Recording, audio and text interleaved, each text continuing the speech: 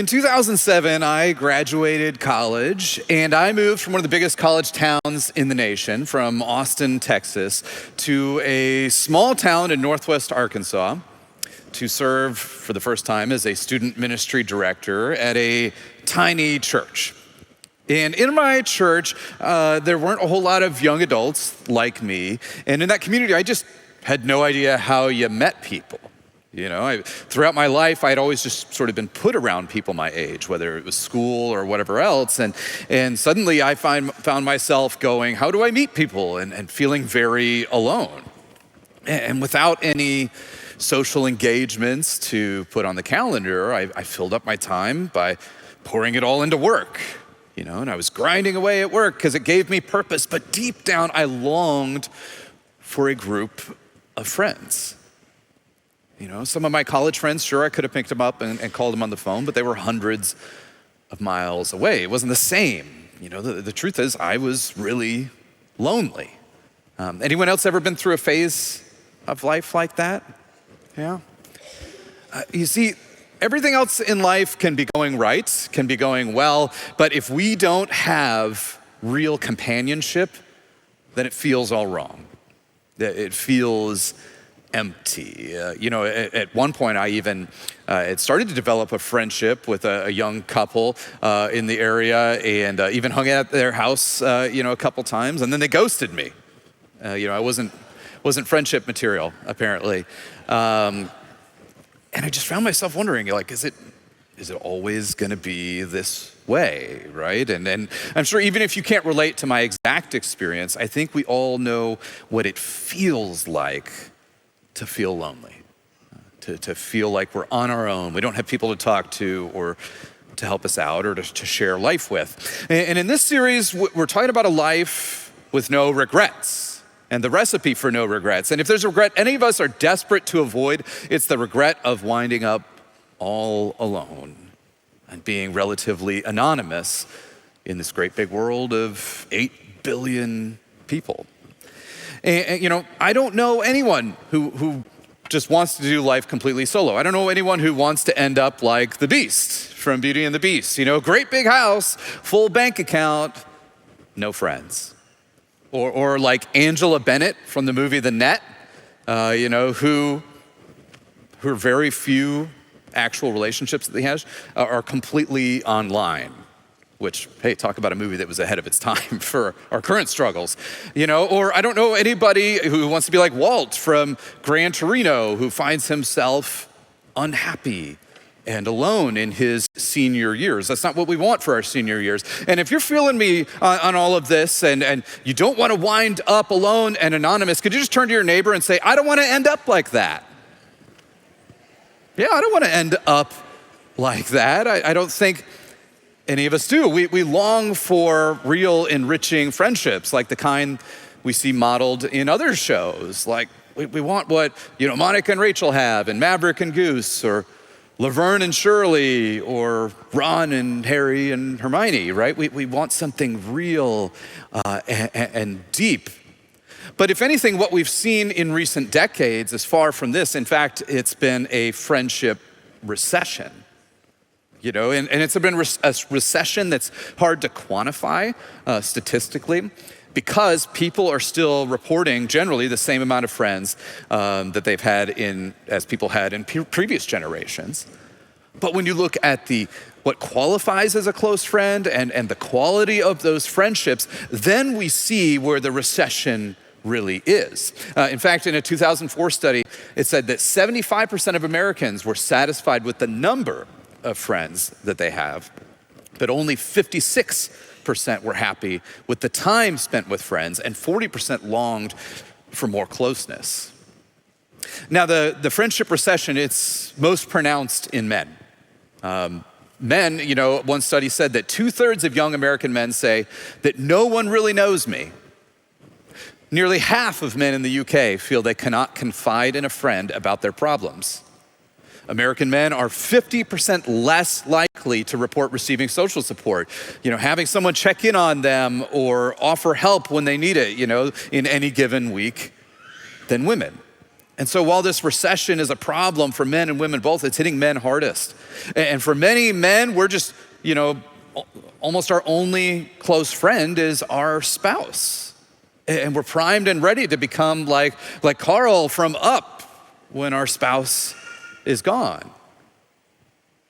And we don't want this for ourselves. I mean, think about for you, are you satisfied with the quality of your close friendships? Do you feel like there's something more that could be there? I think for all of us, you could think about it as sort of circles of friendships. We have these circles of, there's the community of available, this is the pool of people who could become our friends. And then we've got casual friendships, we've got close friendships. And for you, however you define this inner circle of close friendships, what names would you put in the circle? And for you, how satisfied are you with the quality and the quantity and the closeness of those friendships? And as we do an inventory here, you may have sort of conflicting, warring reactions even within your own mind. And the first one that you might have, that I definitely had is, well, I think I'm okay. I think I've got friends, right? And I don't know your situation, but I can tell you it's a bit like fasting. If you've ever done fasting, whenever you come up to that first meal that you intend to skip, you get really, really hungry, and it's hard. But then when you get past that first meal and you build a little bit more time in the fast, suddenly your body adjusts. It gets used to it. The hunger doesn't feel quite as intense, even though your body is literally breaking down its own cells for energy. And likewise, in the same way, we can forget how hungry we are for companionship. We have forgotten just what it feels like to be full on friendship. And so that's one reaction we have. Another one is we go, okay, yes, I do. I want more closeness. I want greater quality friendships, but man, we just lament that it feels impossible. It feels so hard to find those sorts of friendships, and we don't know what to do, but it's not out of our control. There is actually a recipe for these close friendships, and today we're actually gonna look at the recipe that God gives us in 1 Samuel chapter 18 to look at the recipe for no anonymity. And so before we read, I want to take us back to Israel back in the 10th century BC, to some of the people you're going to meet in this reading. The first one is Saul. He's the king of Israel. He has just led the Israelites to draw up battle lines against the Philistines. They're on and off again for centuries enemy. And the Philistines, they're among them. There is a giant Philistine named Goliath who comes out, to taunt the Israelite army, and he offers to settle this whole fight between them in a one-on-one battle, which, everyone's like, that dude's huge. No way. There's no takers, Now, King Saul, he does have a young son named Jonathan, who he is faithful, he's brave. He just won a victory. He led the army to a great victory. And so it's a bit unclear why Jonathan doesn't step up to challenge Goliath. I don't know if God told him this isn't your fight, whatever else, I don't know. But this is when God brings a young shepherd boy named David to the fight. David trusts God completely. He knows that it's not by our own strength, but by God's strength that battles are won. And he challenges Goliath based on his faith in God, and he wins. He kills Goliath. And of course, the army's cheering for him, and his name, becomes one that's celebrated. And after the battle, David meets the king, who invites him to become a part of his royal court, and converses with him. And here's then what happens. After David had finished talking with Saul, Jonathan, Saul's son, became one in spirit with David, and he loved him as himself. And from that day, Saul kept David with him and did not let him return home to his family. And Jonathan made a covenant with David because he loved him as himself. Jonathan took off the robe he was wearing and gave it to David along with his tunic and even his sword and his bow and his belt. And so just 4 short verses here, but I want to unpack this because it's actually kind of amazing. Because for many of us, I think we take this for granted, but this is a victory that Saul or his son Jonathan should have won, should have led the army to. But instead, it's a victory that belongs to David. And to his credit though, like Jonathan, he does not get jealous about this. You know, he doesn't get angry about this. And I think that's huge because so often there are these invisible barriers that keep us from becoming friends with people. They keep us in relative anonymity in life. And it can be, barriers of getting jealous or judging other people. They're not my type, or busyness, or the barrier, of just going, I've got old wounds, or what if they reject me? I don't know what it is for you, but we all have a cocktail of some of these barriers to friendship within our own hearts and minds. But Jonathan, he's not like that. He doesn't get jealous. He seems open at this point. And instead, game respects game. Jonathan's like, I like this guy. He sees a kindred spirit in faith and in bravery. And so he and David, they strike up this friendship. They covenant with one another. And this whole part, where Jonathan gives all of his gear to David, we're gonna come back to that later, so just stick a bookmark in it. But in this moment, we see, okay, the friendship, it is developing. And David's star, it continues to rise in Israel. He's a very successful guy. God is blessing him. But Saul, the king, he's not like his son Jonathan. He gets jealous. He starts to view David as a big threat. And so he's like, I got to take David out. And so he tries to have David killed. And of course, David, he evades the assassination attempt. But then David has to have this really awkward talk with his bestie, with Jonathan, and go, hey, your dad tried to kill me. And here's how that talk went. David fled from Naioth at Ramah and went to Jonathan and asked, what have I done? What gives? What is my crime? How have I wronged your father that he's trying to kill me? Never, Jonathan replied. You are not going to die. Look, my father doesn't do anything, great or small, without letting me know. Why would he hide this from me? It isn't so. So in other words, I don't believe you. David, you must be mistaken. My father tells me everything. He would never do this. But David took an oath and said, your father knows very well that I have found favor in your eyes. He knows this relationship between us. And he said to himself, Jonathan must not know of this, or he will be grieved. Yet as surely as the Lord lives and as you live, there is only a step between me and death. And Jonathan says, okay. He says to David, whatever you want me to do, I'll do for you. And I want us just to take a second to think about that. Whatever you need, I'll do that for you. Think about what it would be in life to have someone like that. Someone who is a friend who that you can call on, who will come and he will listen, and someone who will help, and someone who will fight for you and sacrifice their own time and treasure and effort for you. Someone who will even celebrate with you when nobody else will, and with no apologies, no limits, blank check, someone who is just there for you. Most of us, we just don't have that.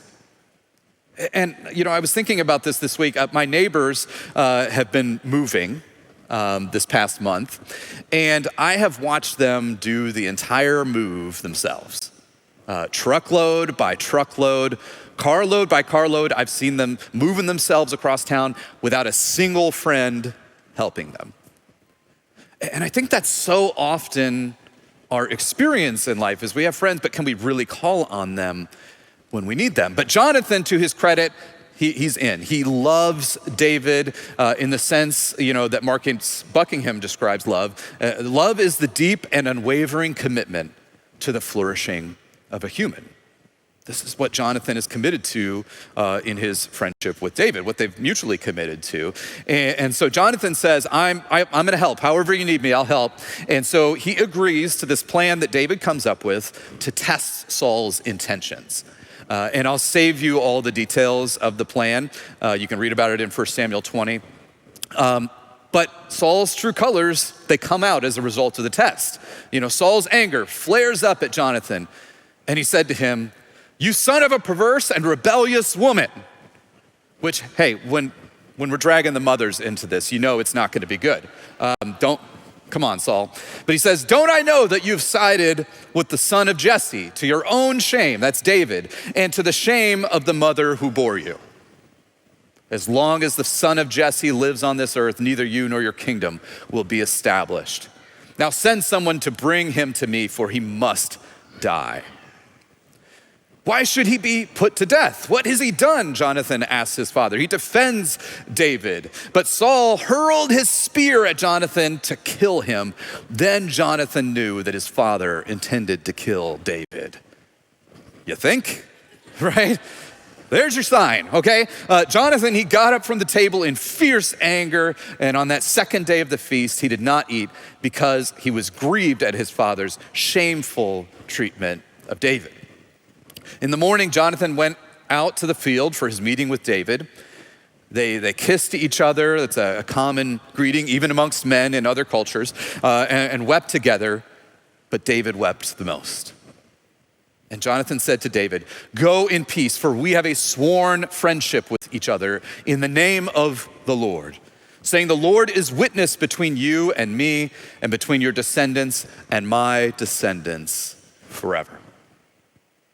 And so this beautiful friendship that has taken place over years and has become so deep is now split, not emotionally, but physically by Saul, by the king.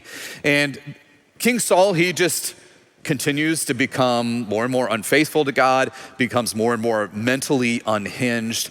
Eventually, he once again picks a fight with the Philistines, with a superior Philistine force who defeats the Israelite army, and Saul himself is killed. And amongst the dead is Jonathan. And when he found out that his best friend was dead, David, he wrote an elegy and wept for them, and it was really quite moving. And there's a line in it, it says, "I grieve for you, Jonathan, my brother, for you were very dear to me. Your love for me was wonderful, more wonderful than that of women." Now, every once in a while, you see a t-shirt or a meme, or you hear someone say that, things like chocolate or tacos or wine are better than sex. All right, and we kind of laugh, but David here, he's for real. He's like, the relationship he and Jonathan had was on par with the relationship that most of us only share with our spouses. And we just so often don't have a concept for this, particularly in our culture. It's a bit foreign to us that people would be so close to one another, and that especially men could be so deep. But I think I want to be clear about something. I think oftentimes people, they go, well, okay, was there something romantic here between them? And the answer is no. And the reason that we go there actually has a lot more to do with how we are socialized in our culture, and particularly how men and women in our culture are socialized so differently. Because after all, we read a story of close female friendship in the Bible, like Naomi and Ruth, for example, and we say that that's beautiful, that's great, we don't think anything of it, but then suddenly we get a story of a close friendship between two men, and we go, that's suspicious, right? And this is the thing with how we are socialized, is we're taught to not share our close feelings with one another, and to be more guarded. We just don't have a category for this sort of friendship. What they had is just really uncommon. And if you've seen Lord of the Rings, we just have to think about it more in the realm of Frodo and Sam, and the closeness of the friendship that they had together. It's just really countercultural. And the reality is we just don't have a category for it in our sort of conception, in our circles. If we think about our circles, What Jonathan and David had, it just doesn't fit in any of these, even in this inner circle of close friends. That's not our experience of close friends. But there's actually a fourth circle. There is a circle within the circle. There's a forgotten layer of friendship that we're being reminded of in Scripture today. And Dr. John Townsend, in his book, People Fuel, we're going to reference that on and off throughout this series. He describes this fourth layer, this inner circle of friendship, as comrade level friendship. This is friendship where we trust each other with our dogs. We trust each other with our passwords, our complete honesty, our very lives. This is what David and Jonathan had. And the reason that we don't do this as much, we don't develop comrade level friendships, is that so often in life we keep making choices that undermine the building of these friendships. We don't prioritize them and give them the same weight as the other callings that we have in life. We keep them in a second tier. And so my question to you is, how much weight do you give to your friendships? When I was considering moving here about 4 years ago, my first things that I considered when I was thinking about moving here was, does it seem like the Lord has led me there? And what would that do for my job? And how would that affect the church that I'm currently leading? And how would it affect my family, all my kids? What would it be like to live near relatives? Because my in-laws are here in St. Louis. I didn't first or even second or even third go to what it would do to my friendships, right? I didn't give them the same weight. And these are the people that I spent life with. I mean, don't get me wrong, I was for the past 9 years in Denver, I had built these friendships and raised my kids with these people, and we became close friends, and we did hobbies together, and we hung out together, and we learned to follow Jesus together. We started a church together, and all of this, and I knew it would be hard leaving them, and I verbalized that to them. It's not like I just left and said peace, but I'm just learning more and more how even 4 years into my St. Louis journey, I need to appreciate how special those friendships were and are, and that deep friendships, they take priority to develop them and time to develop them, right?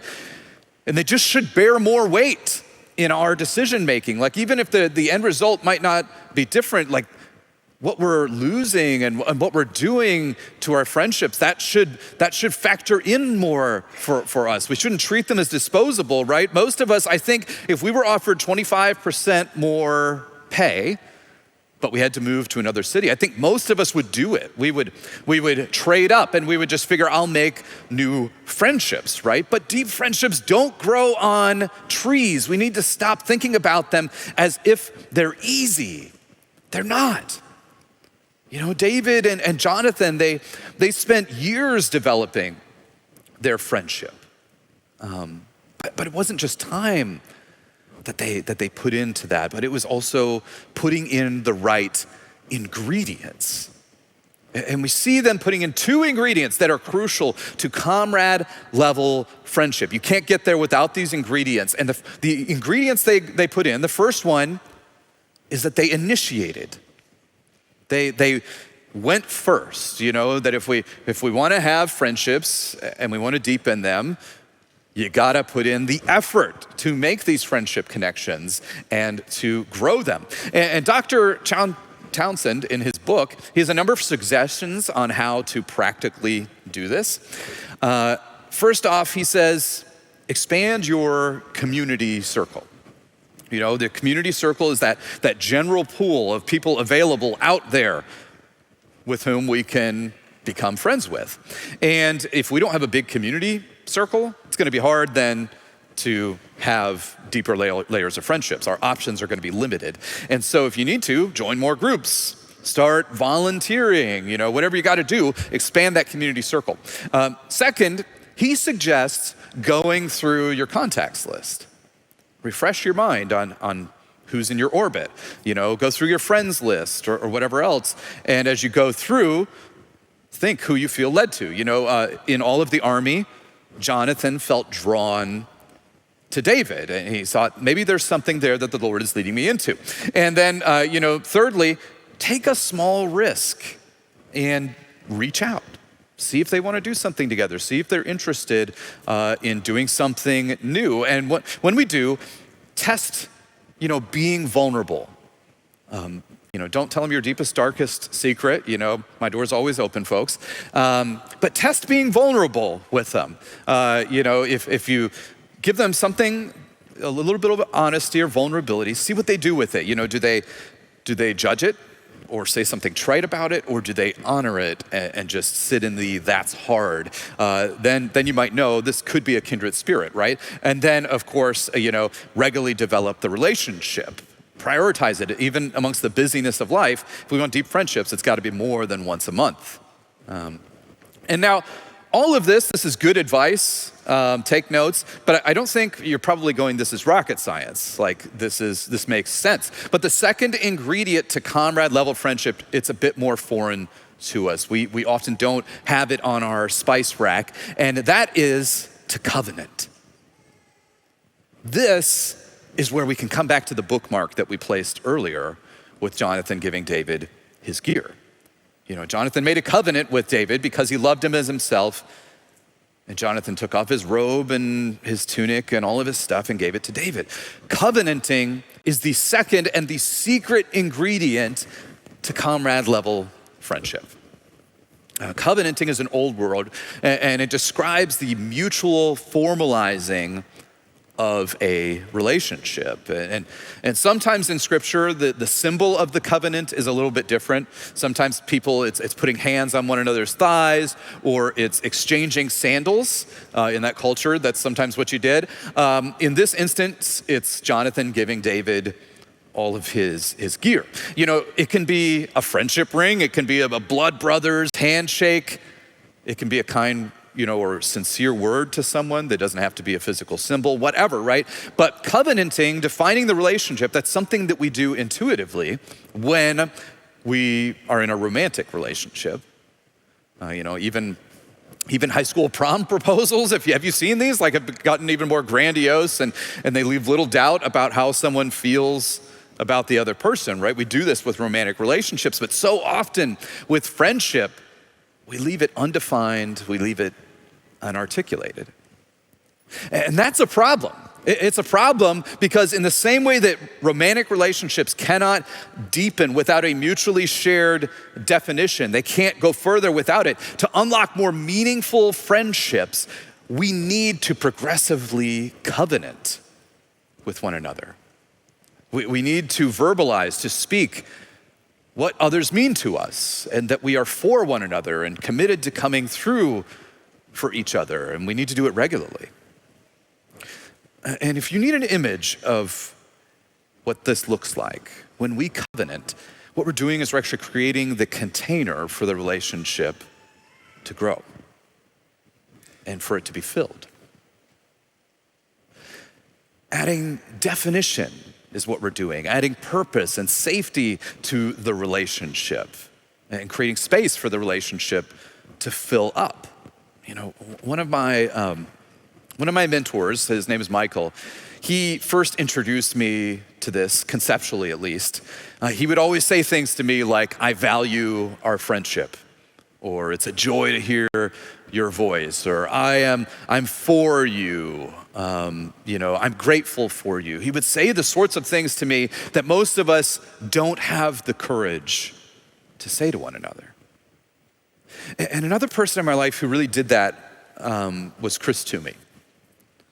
Some of you know him. He worked here up until a few years ago when he passed away.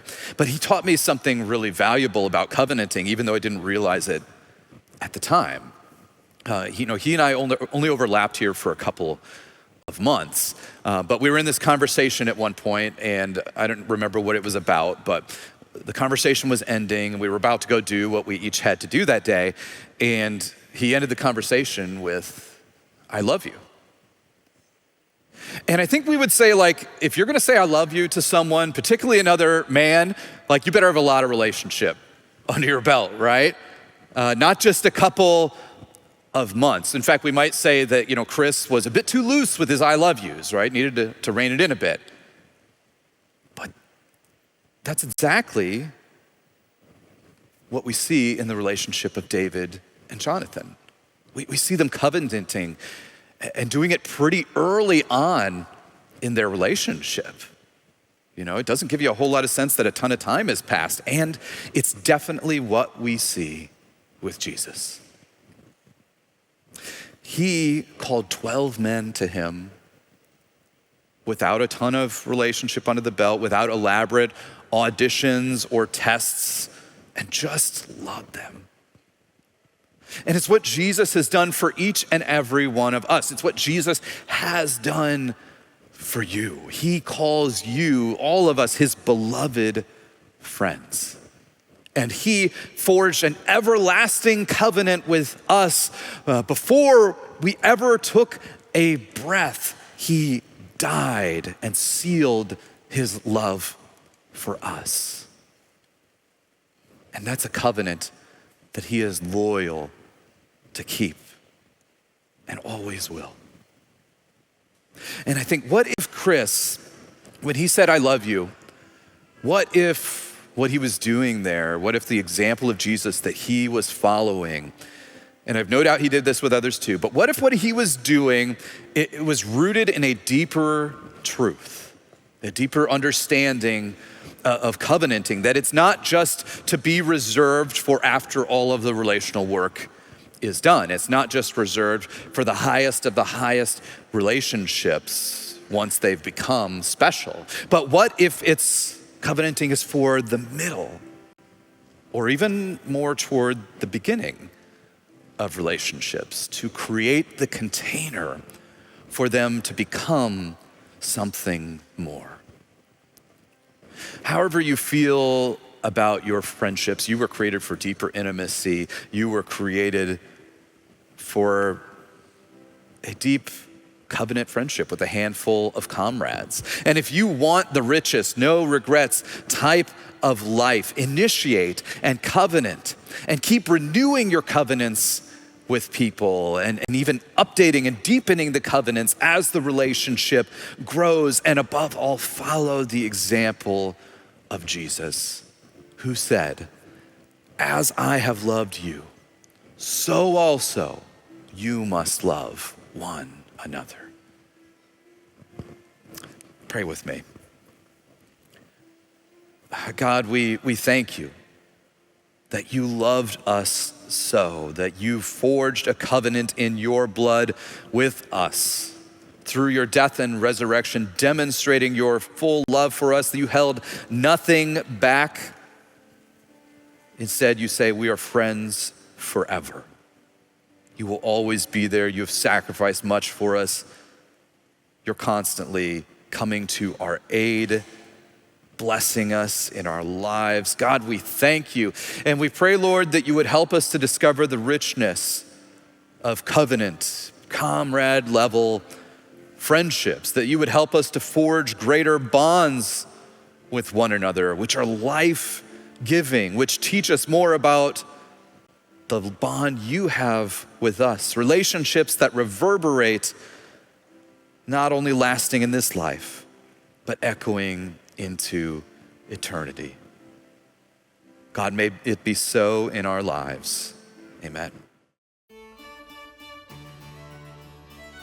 Well, hey there. Thank you again for joining us and being a part of our online Pathfinder community. If you're new here, or even if you've been here for a little while, you can find helpful links to resources in the description below or at our website, pathfinderstl.org. And while you're there, you can also find our message podcast and other podcasts, which allow you to listen to the weekend message on the go. So no matter what you're doing, no matter where you are, taking a drive, going grocery shopping, whatever, you'll never miss out on our message from us. And I hear of a lot of people that do listen to these while they're shopping and running and driving, which is awesome. Yeah. I can't focus. Like, I would have to be paying attention attention to the thing I'm doing. But by the way, I hope that this series, where it's talking about the different relationships that we need to have in our lives, I hope that resonates with you. And if it did, if this brought someone to mind that you want to be more close with, someone that would really be in that short list of people that you want to be connected with, I'd encourage you to share this message with them, and even let it be kind of that compliment and invitation to reconnect. Say, hey, you're one of these people for me, and hear this message and share it, and then it can be a thing that you talk about. So if that's something that seems helpful to you, just feel free to share our message on social media. Feel free to email it to somebody. Just feel free to let someone know that this was inspiring for you, and you hope that it would be inspiring for them too. And again, you can always continue to help us get our message out to more people. And it's not our message, it's the message of what Jesus is doing just in our corner of the world. And so you can support us at pathfinderstl.org/giving. It really is your generosity and your generosity alone that fuels all the work that we're doing here at Pathfinder Church. It's so true. And we're just so grateful to be able to do the work that we do. We're so glad that you chose to spend this time with us this morning. So I hope it blessed you, and I just hope that you have a wonderful week. See you next time. Yeah, have a great week.